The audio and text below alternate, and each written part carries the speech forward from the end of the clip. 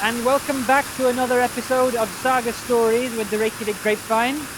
My name is Matthew Roby and I'm a professor at Mount St. Vincent University in Canada, and as always I will be your host. And this is the second of two episodes that we're doing on Laxdæla Saga. And for the beginning of this episode we've come to a valley near Laugar, just a few kilometers north of where we finished the last one at Laugar in Sælingsdalur, to a valley where the saga reaches one of its most exciting conclusions. This is the meeting point of two rivers. This is the Laxá, or the Salmon River, on the left, and this is Svínadalsá, or the River of Pig Valley, on the right. And it's in a valley just in Svínadalsá where this climax takes place.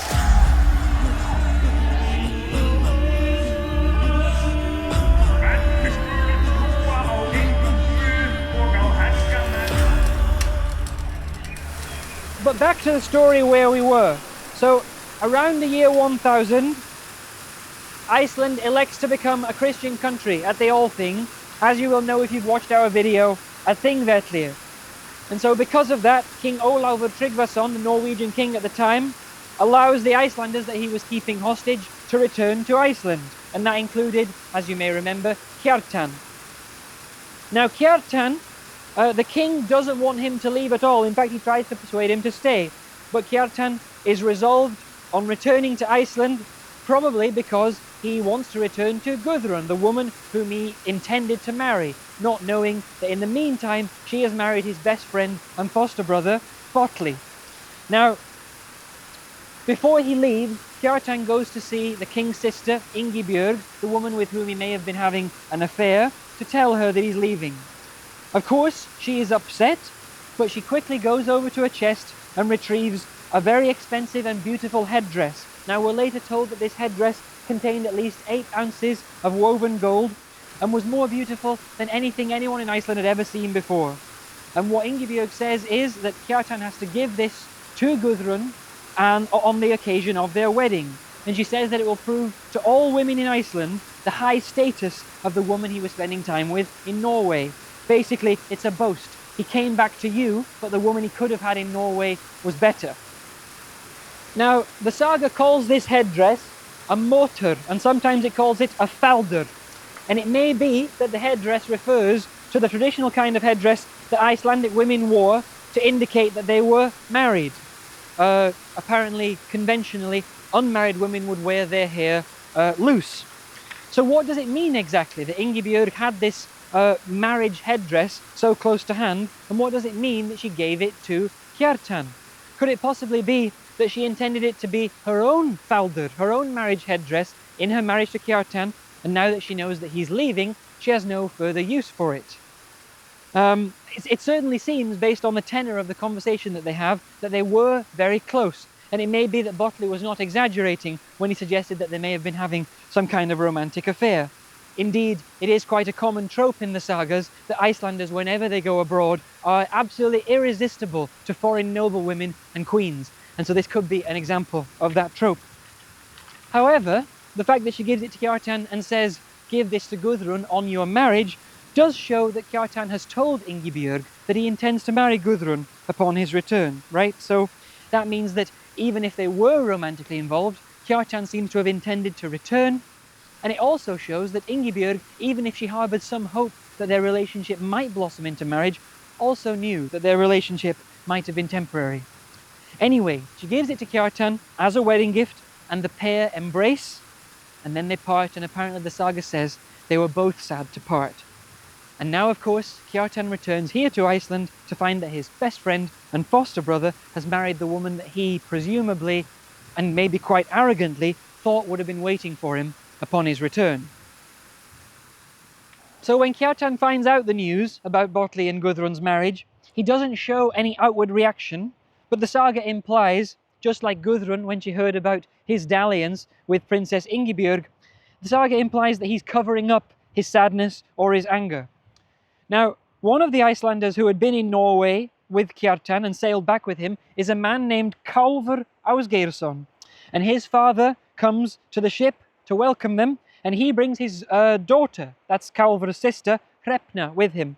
Now apparently she's a very beautiful woman, And Calvert invites her to have a look through some of the wonders that they brought back with them from their travels. And the thing that catches her eye the most, of course, is this headdress. And so she puts it on. Now, when Calvert sees her wearing this headdress, he immediately panics, thinking that Kjartan will be so mad if he sees her wearing it. But at that moment, Kjartan enters the scene. And he just looks at Hrefna, and he says, surprisingly to everyone, that it suits her well. And he says it would probably be appropriate if he were to own the whole package, motor and may, the headdress and the woman who is wearing it. And by this he means that he might consider marrying her, though the saga implies, including in the words of Hrefna herself, that Kjartan is being a bit hasty in this decision, possibly implying that it's something of a rebound marriage. Anyway, the following year they do get married, and the saga says that they love each other very much. Now, of course, we should turn to relations between the members of the saga's love triangle, that is Gudrun, Bolli and Kjartan, because tensions are coming to a head, and like I mentioned, they will reach a climax in this valley up here.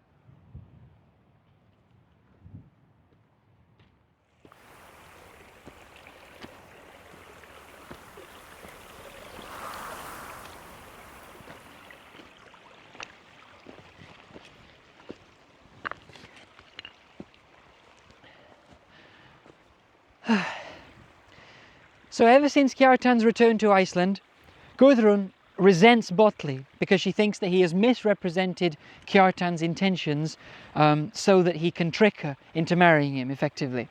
Now, the parents of the two groups are still very good friends. That's Ósvífur, Gudrun's father, and Ólafur, the father of Kjartan, the foster father of Bolli. They are still very good friends, and they host parties at each other's homesteads throughout the year.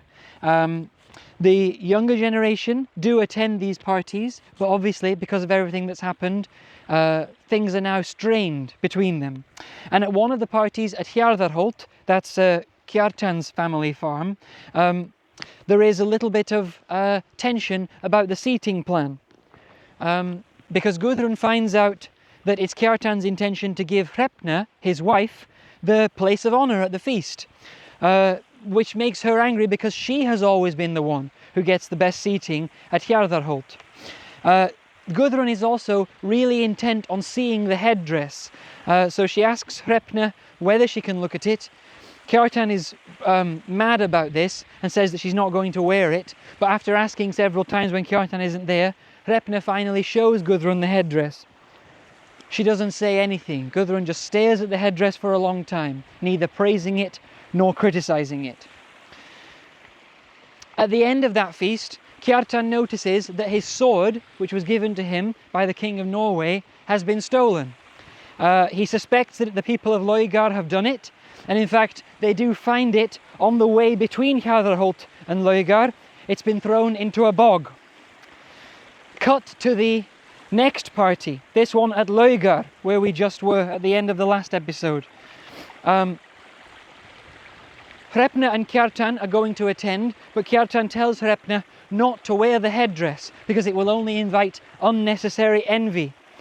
But Kjartan's mother, that's Þorgerður Egilsdóttir, the daughter of Egill Skallagrímsson, about whom we've already done a video, she says, what the hell is the point of having this beautiful headdress if you don't wear it at feasts? So she convinces Hrefna to take it, and then, during that party at Laugar, the headdress goes missing. Now obviously, the saga doesn't say precisely who took it, but it's no real mystery. And in fact, when Gudrun is asked about it, she says, well, if somebody did cause it to go missing, they were only doing it to something that they should have owned already. Now after that, all social contact between the households cease. And to get revenge for these thefts, Kjartan, the first thing he does is besiege Laugar for 3 days. Now, of course, in those days, people's toilets were outside. And so, because Kjartan sets his men outside the doors at the main farmhouse at Laugar, it means that the people there cannot use the toilet. And so for those 3 days, they're forced to just sit in around their own waste, like their own urine and feces. And so this is obviously intended to shame them. Then, shortly afterwards, Bolli and Gudrun decide that they would like to buy a farm of their own and move away. And they're going to buy it from a man named Þórarinn. Kjartan hears about this, and to spite them, he kills the deal, goes around and sees Þórarinn and finds a legal loophole in the agreement that he had made with Gudrun and Bolli. And he sort of intimidates Þórarinn into selling the land to himself, to Kjartan instead. So now, Gudrun, who is a proud woman, as we know already, cannot stand how Kjartan keeps humiliating them, and she hears that he's travelling nearby and encourages Bolli and her brothers to ambush him. And where he's travelling is this valley here, Hafragil, the mouth of which, where it joins Svínaðardalsá, is just about 4 kilometers north of Laugar. So Gudrun hears that Kjartan is walking through this valley and that he isn't with very many people. And so she encourages her brothers and Bolli to go out and ambush him. Now in these scenes, she embodies a common role that women take in the sagas, which is known as the wetter. That is, somebody who whets or incites violence. The English word whet means to sharpen a blade. As we know, female characters do not normally participate in feud violence themselves in the saga, with rare exceptions like the case of Auður that we talked about in our last episode. But what women often do in the sagas is whet the men folk in their families and friendship groups to commit violence on their behalves. And one of the things that Gudrun does in this whetting scene is also very common in the sagas, and that's that she uses what are called níð slanders to force the men to commit violence. Níð effectively means sexual or gendered insults, and what she says to her brothers is that they would have made better daughters than sons, and because they are being shamed, because their masculinity is being called into question, they agree to come here to ambush Kjartan. Now, Bolli has never responded to Gudrun's taunting about Kjartan. Obviously there is still some love between the foster brothers, and so whenever Kjartan is criticised at Laugar, Bolli apparently usually tries to defend him. And now that Gudrun is planning this ambush, Bolli tries to stay out of it. But of course Gudrun then threatens him with divorce, and so he has little option but to join his brothers-in-law and come and fight Kjartan here.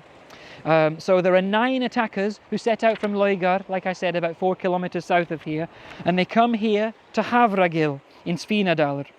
Now Kjartan, as I said, is only travelling with a few other people. He's travelling with Þórarinn, that's the man from whom he was buying this land, the person that Bolli and Gudrun wanted to buy land from, and he's also travelling with another friend, Án Svarti, or Án the Black. Now people have urged Kjartan that he must travel with more people. He can't travel in a small group because he does risk being ambushed. But he's so proud, so arguably arrogant, that he refuses. On this particular journey through Hafragil, he has been compelled by the people at the household he left to set off with 9 more companions. But before he gets to this point, he's already turned them back, saying that he's losing honour by showing himself to be too cowardly to travel in a small group. So Kjartan will be coming this way, and the Gudrun's brothers and Bolli, they are waiting somewhere in this valley.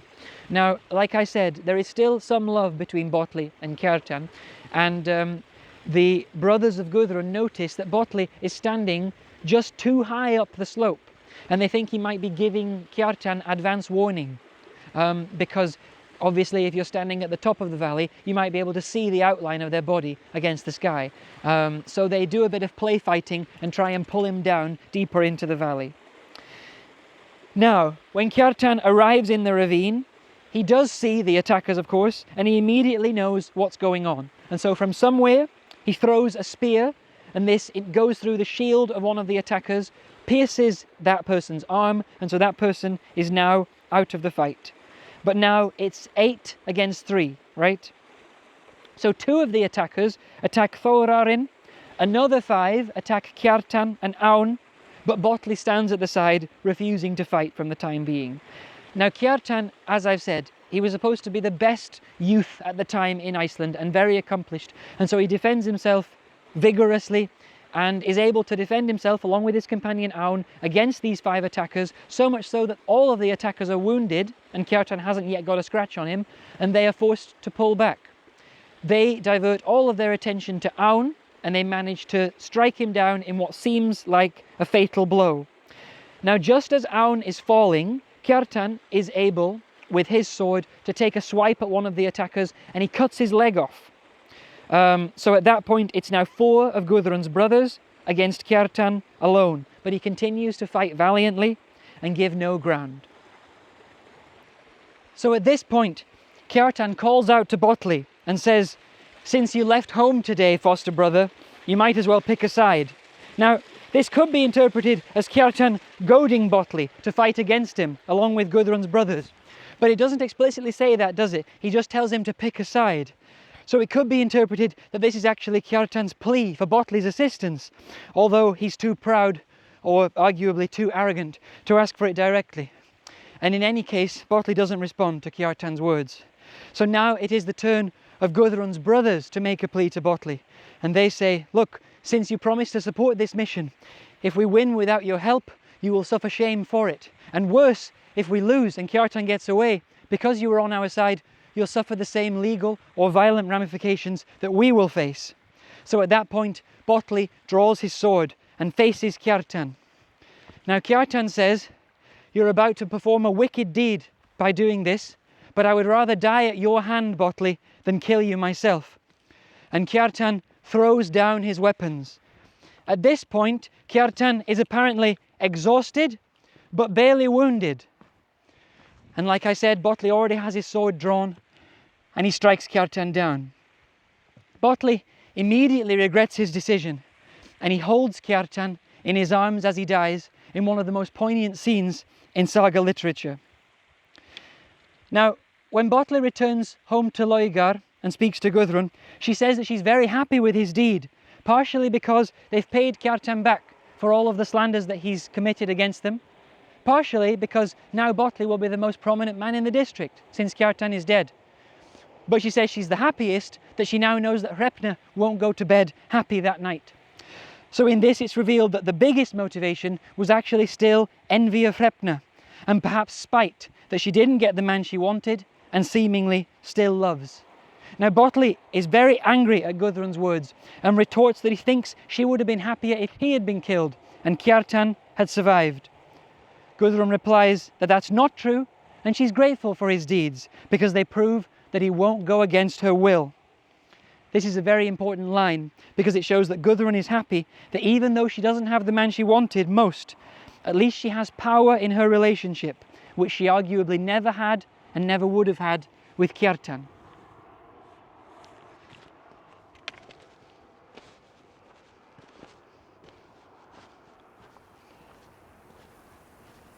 So as is usually the case in the sagas, Kjartan's killing triggers more feud violence.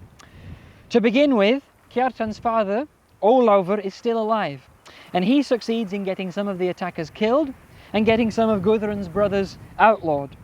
But because of his love for Bolli, whom you will remember is also his foster son, he successfully pushes for Bolli to be fined only, despite him being the one who dealt Kjartan his death blow.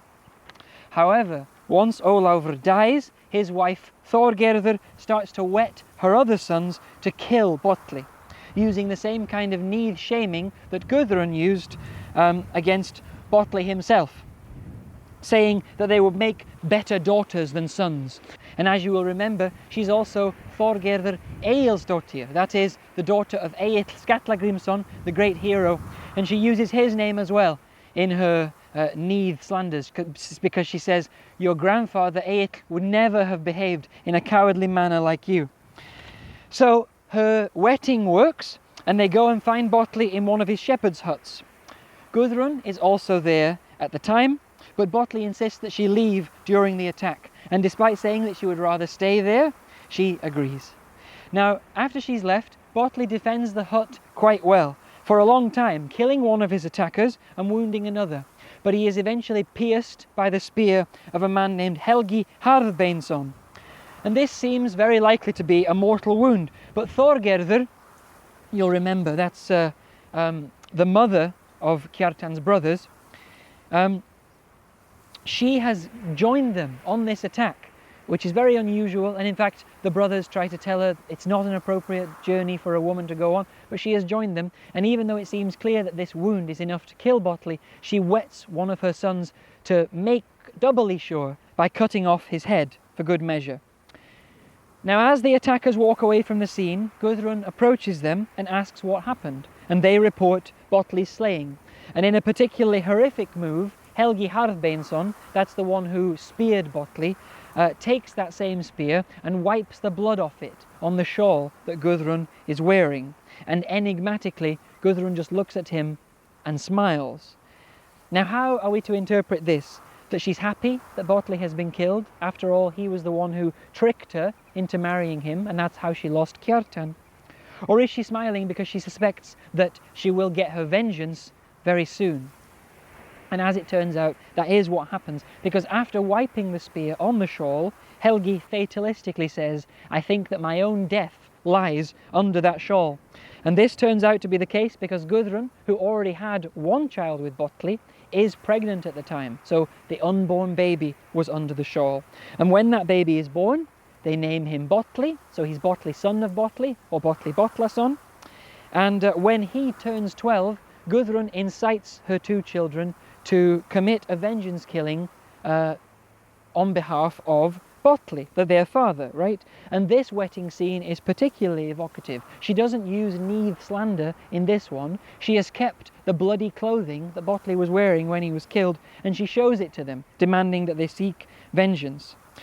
So they kill Helgi Harðbeinsson, after which the feud is brought to a final end with a financial settlement from Kjartan's brothers to Bolli's sons. And immediately after the killing of Bolli, Gudrun doesn't want to live in the same region as Kjartan's family anymore. So she arranges to trade residences with her friend Snorri Goði, who lives here at Helgafell on the Snæfellsnes peninsula. This is Helgafell, and this is indeed the mountain of Helgafell. That means holy mountain. And there is a little piece of sort of post-medieval folklore that if you make a wish while you're walking up the mountain and never look backwards while you're walking up, your wish will come true. And in fact, it may be possible that even though, like I said, that's a piece of post-medieval folklore, the origins of that folklore are rooted in one of the sagas. In Erbygja Saga, Snorri Goði, while he still lives here, meets with a friend who wants to discuss a plan, and he says, let's make the plan up at the top of the mountain, because plans that are made up there rarely go wrong. And so let's try that now before we continue with the story of Laxdæla Saga.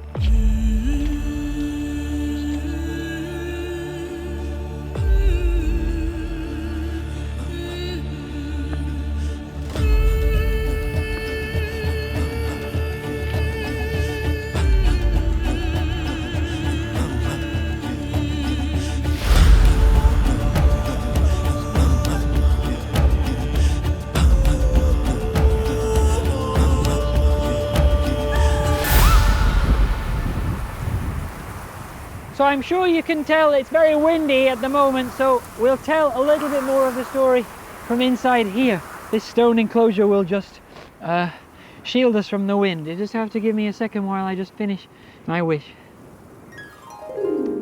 Okay, excellent.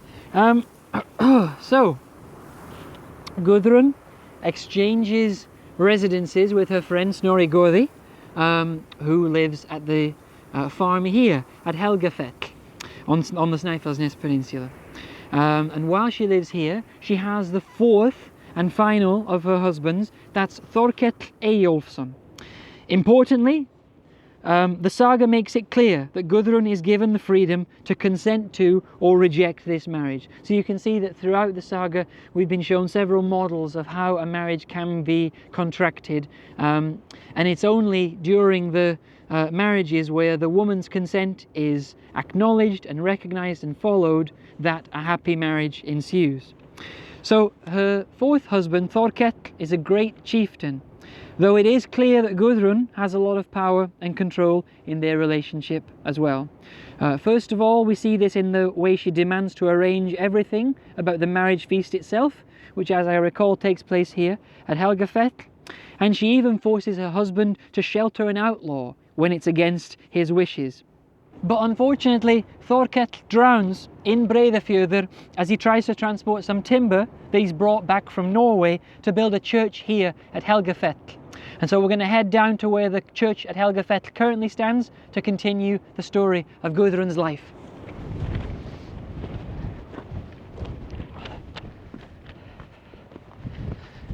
By this time, Gudrun is somewhat advanced in age. And the saga says she becomes an exceptionally devout Christian.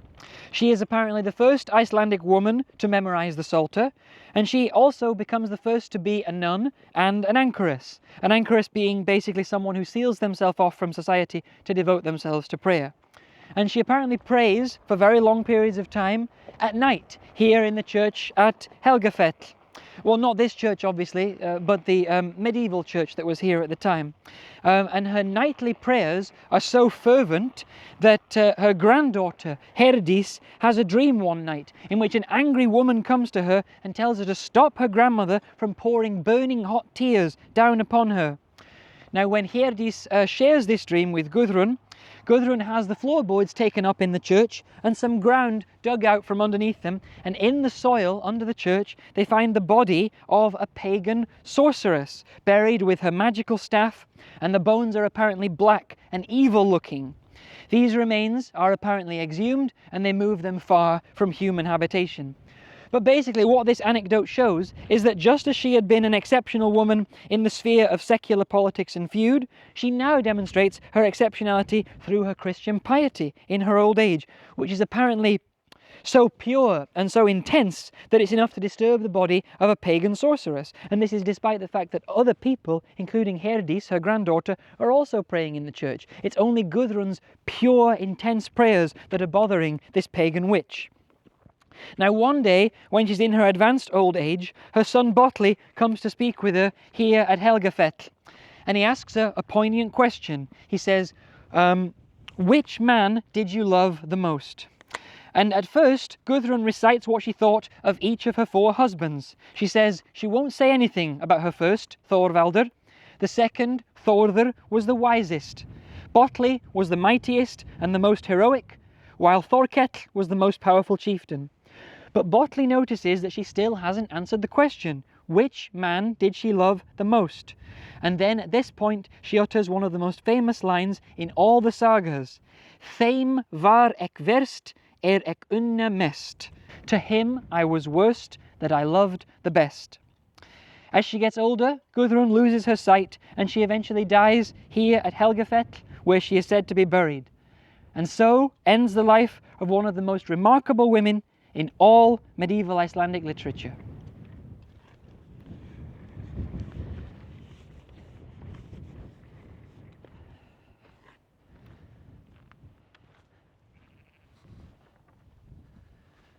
That's it for our pair of episodes on Laxdæla Saga. We hope you enjoyed them. Please join us next time for another episode of Saga Stories, but in the meantime, I'm Matthew Roby, Professor at Mount St. Vincent University in Canada, and I'd like to thank you for joining us. In this video, we'd like to extend thanks to the organizations and people who helped us make the videos. So that would, oh, hello. So that would include Dala Hotel in Sælingsdal, which is on the site of Laugar, which is where Gudrun's family farm was. We'd also like to thank the people at Helgafell for allowing us to film here, because it is private property, and allowing us to pet their lovely horses. But like I said, that's it for us for this episode and for our 2 episodes on Laxdæla Saga, and we'll see you next time. Bye bye. Oh, hello. Góða kvöldið.